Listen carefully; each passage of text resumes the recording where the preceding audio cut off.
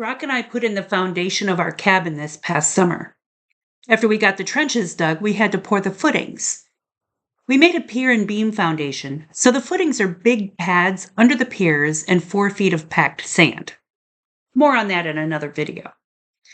We looked into using 24-inch diameter plastic forms, but they aren't readily available. They're also quite expensive. We needed 22 of them, so the cost would have been about $575. To make the same size forms out of store-bought lumber would have been approximately $374. In the grand scheme of things, that doesn't seem like a lot of money, but I was off work for almost 6 months last year and money was tight. And here's where the pallets come in. Brock works in trucking, and his company always has access to pallets that customers are throwing out. So he brought home a huge stack of pallets, and we busted them using a Sawzall and a circular saw.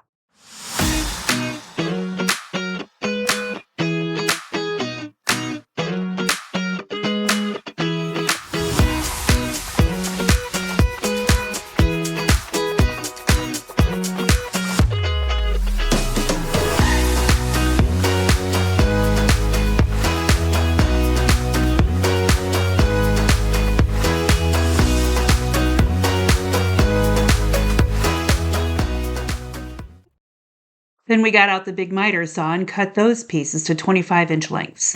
We wanted that extra bit of wiggle room, since this is a new skill for us.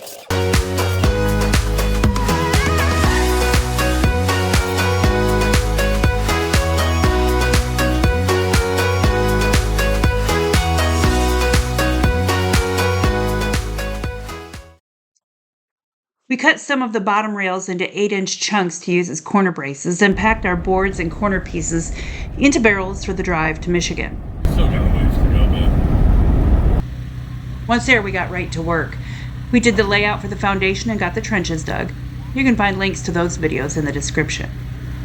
Then we screwed together the boards production style. First, we did the front and back.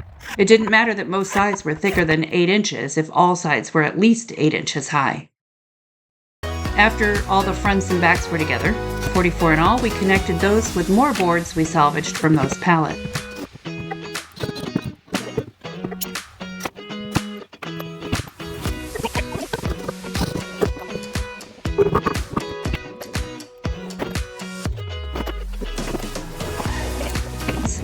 And there you are, 22 concrete forms, saving us $575 over using plastic forms, or $374 over store-bought lumber.